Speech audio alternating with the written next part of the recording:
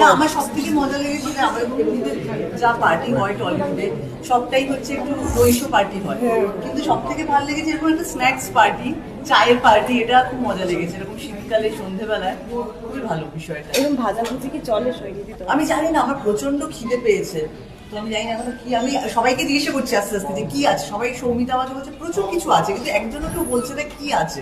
আমি এখনো অব্দি জানি না, গেলে বুঝতে পারবো। তোরা জানিস কোনটা দেখতে পেলে তোমার বেশি এক্সাইটমেন্ট হয়ে যাবে? আমি একটা ফিশ ফ্রাই মনে মনে কল্পনা করেছি। তুই জাস্ট বলতে যাচ্ছি না ফিশ ফ্রাই। একটু পাশে এসো, ওরকম দূরে দাঁড়িয়ে। আরে দূরে সাকসেস পার্টি যাকে নিয়ে তার তো মানে তার তো একক কিছু তো হওয়া উচিত। না না না, ঠিক আছে, আমরা একসাথেই যাই দুজনকে।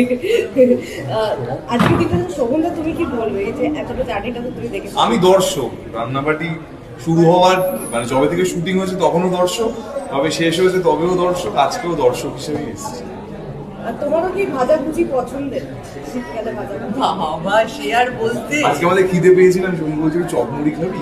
না, আমরা আসলে উত্তর কলকাতা থেকে আসছিলাম, তো উত্তর কলকাতায় গেলে একটু চপমুড়ি না খেলে ঠাকুর পাপ দেয়, কিন্তু সেটা খাওয়ার সুযোগ আমাদের হয়নি, তো আমরা এখানে একটা বোধহয় ফিশ ফ্রাই পেতে পারি সেই আশায় এসেছি।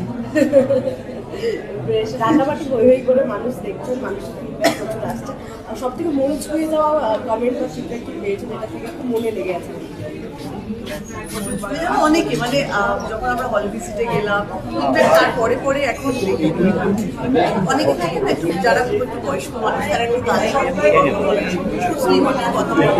রিসেন্টলি এরকম অনেকজনের সাথে দেখা হলো যারা এই আমি নাটক দেখতে গেছিলাম একাডেমিতে, সেখানে নাটকটা খুবই ভালো আর কি, মানে ও জানে যে আমি নাটকটা দেখে আর কি হয়েছিল আমার কয়েকদিন, মানে আমি এত কেঁদেছি, এত মানে তার সাথে ভালো লাগা, আবার 90s কিডদের নিয়ে আর কি পুরো নাটকটা।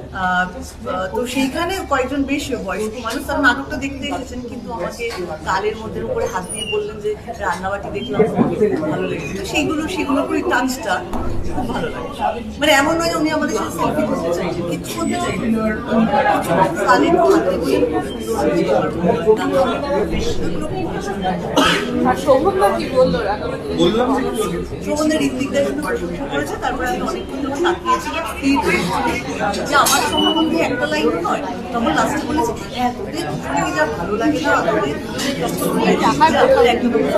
আমি তো বাড়িতে